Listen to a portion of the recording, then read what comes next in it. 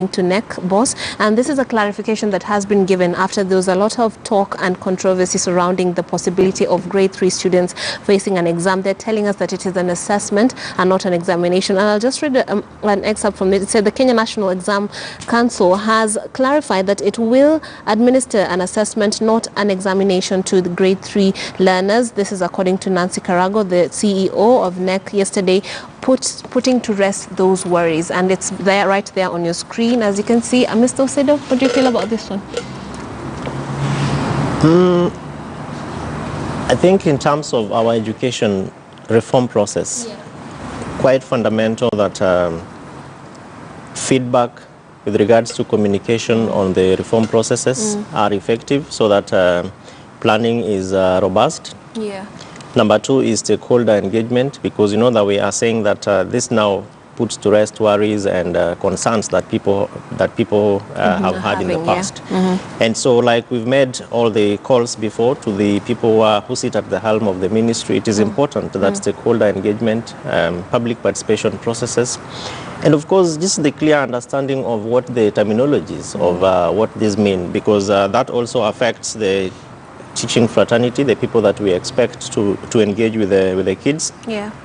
And of course the preparedness and planning processes for the parents or the guardians of these particular children. But I'm also happy that they also have other opportunities to undertake examinations. So it's not going to be examinations, but assessments. And they are giving us prognosis of other assessments that have been done in the past. The question then to ask is, how effective have they been in terms of not just preparing, not just being there to be seen to be doing the work that examinations or assessments are supposed to do, but much more fundamentally in preparing these our children for the future.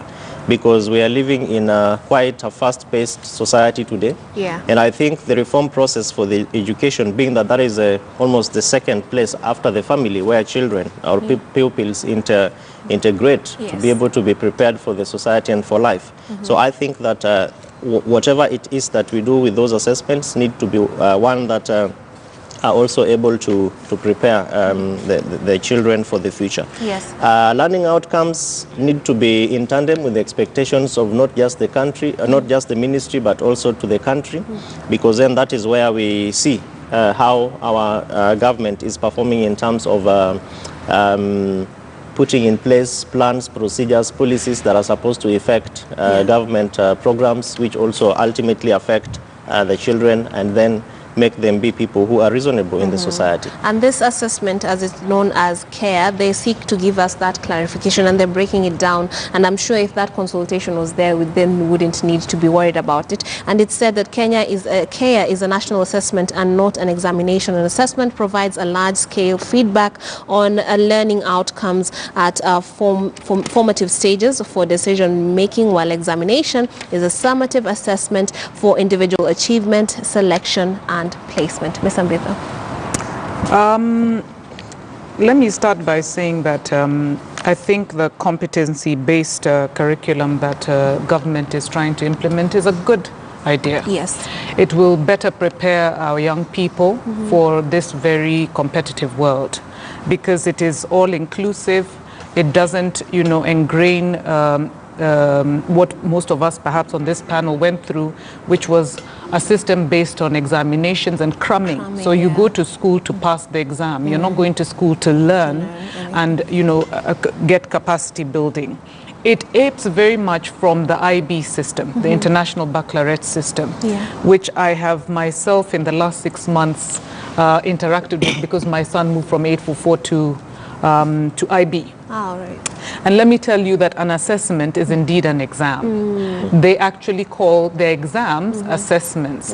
And one of the things that I think is critical when government is implementing and rolling out this is the paradigm shift that both parents and students have to go through. For these kids who are as young as, maybe less than 10 years old, I think the question then is, what will the assessment entail, and how prepared were the teachers themselves, and as Ken says, how did we actually, plan for the rollout? My understanding, just from, and this is from my own personal experience, is that without proper preparation from the teachers, who also themselves need a paradigm shift, because most of these teachers have been teaching a curriculum-based system for the longest. They themselves have been products of a curriculum-based system, which means that they are exam-oriented. So of course you would expect people to be worried when you say that in September you're going to be assessing or examining children. I think that's one thing. I think the other thing that is critical to understand from this system, and I think the CEO said this yesterday, the boss, Mercy Karago, is that they're going to do an e-assessment. Yes. And my question then was, because I had to buy my son a computer, he has to have internet, etc., etc., is where the resource is going to come from. Exactly. Because by the time, I'm not too sure about the statistics right now, but are our children currently using computers in schools? And are they right now computer literate enough to do an e-assessment? Meaning, unlike you and I, who when we went for an exam used pen and paper, these kids will be using laptops to actually do an exam. And I'm not too sure we are trying to fly before we have actually crawled. I think I do agree with that. Honorable Kalbashir. Yeah, indeed, I agree with her pretty much, because when you talk of an assessment, at what point do you differentiate an assessment from an exam? An exam, from a test. You know, the last time I checked, we under the curriculum-based system, we did what you'd call the continuous assessment test. Yes. So when you call this one assessment, so is it continuous or is it one-off? If it is one-off, then probably we give it another name, but it is still a test, it's still an assessment, it's still an exam.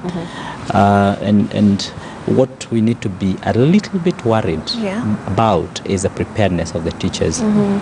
I'm from the ground and I talk to teachers quite often. And I know there has been a serious complaint from most of the teachers that they have not been prepared well for these, they are calling it a CBC.